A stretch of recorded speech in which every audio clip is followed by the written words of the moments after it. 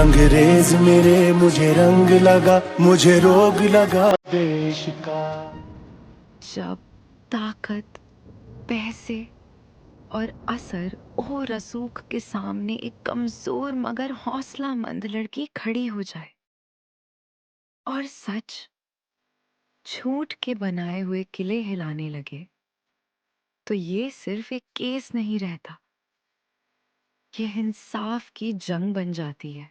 सांवल यार पिया एपिसोड 33 का आगाज इसी जंग से होता है।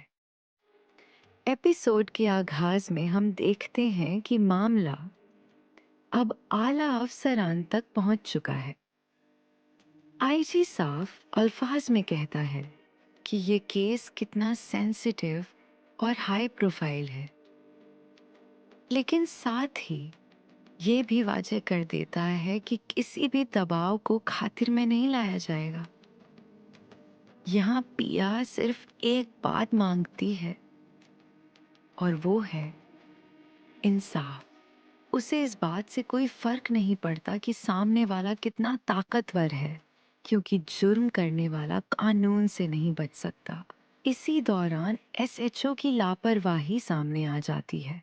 ये इंकशाफ होता है कि पिया शिकायत दर्ज करवाने आई थी, लेकिन उसे रोक दिया गया। आईजी सख्ती से एसएचओ को याद दिलाता है कि वो जज नहीं बल्कि कानून का खादिम है।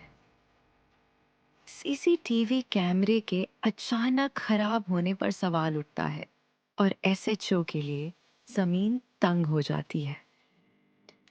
डिपार्टमेंटल इंक्वायरी का हुक्म दिया जाता है और साथ ही वाज़ेह अल्फाज में कहा जाता है कि अगर इल्जामात सच साबित हुए तो सिर्फ नौकरी नहीं जाएगी, बल्कि जेल भी जाना पड़ेगा। आखिरकार एसएचओ को हुक्म मिलता है कि पिया की एफआईआर फौरन दर्ज की जाए और 24 घंटों में मुकम्मल रिपोर्ट पेश की जाए। यहाँ सावनवाल खामोशी से पिया के साथ खड़ा नजर आता है। पिया इकरार करती है कि अगर सानवाल इस मुश्किल वक्त में उसके साथ न होता तो शायद वो ये जंग शुरू ही न कर पाती।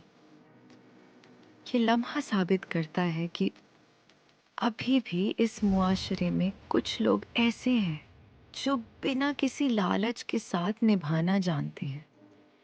दूसरी तरफ पिया और सावन को खदशा है कि कहीं सीसीटीवी सबूत जाया ना कर दिया गया हो, लेकिन वो फैसला करते हैं कि अब सब कुछ अल्लाह पर छोड़ दिया जाए।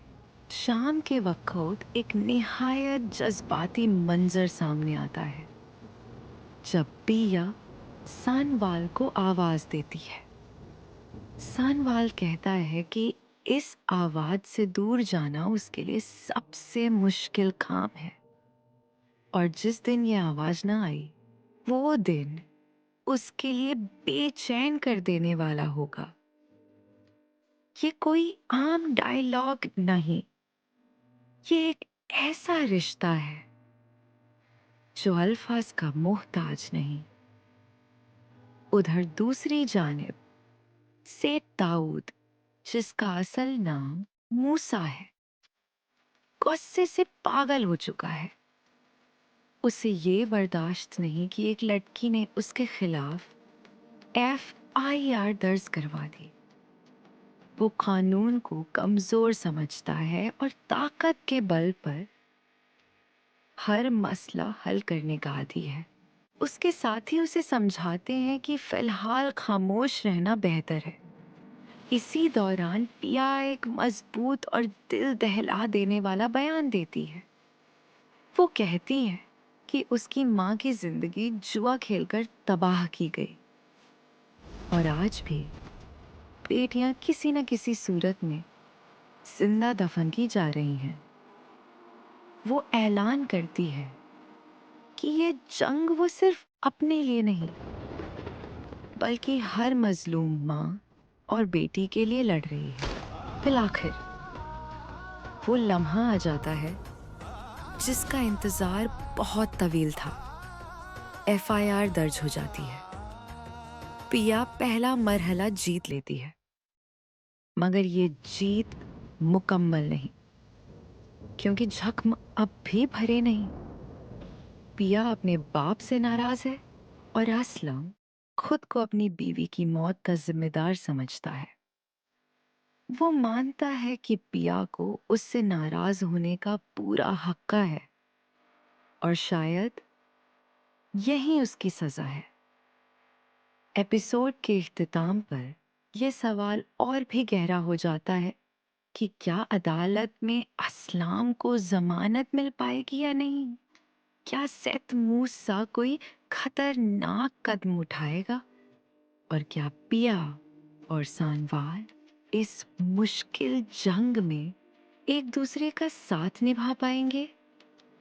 ये सब जानने के लिए देखते रहिए सानवल यार पिया।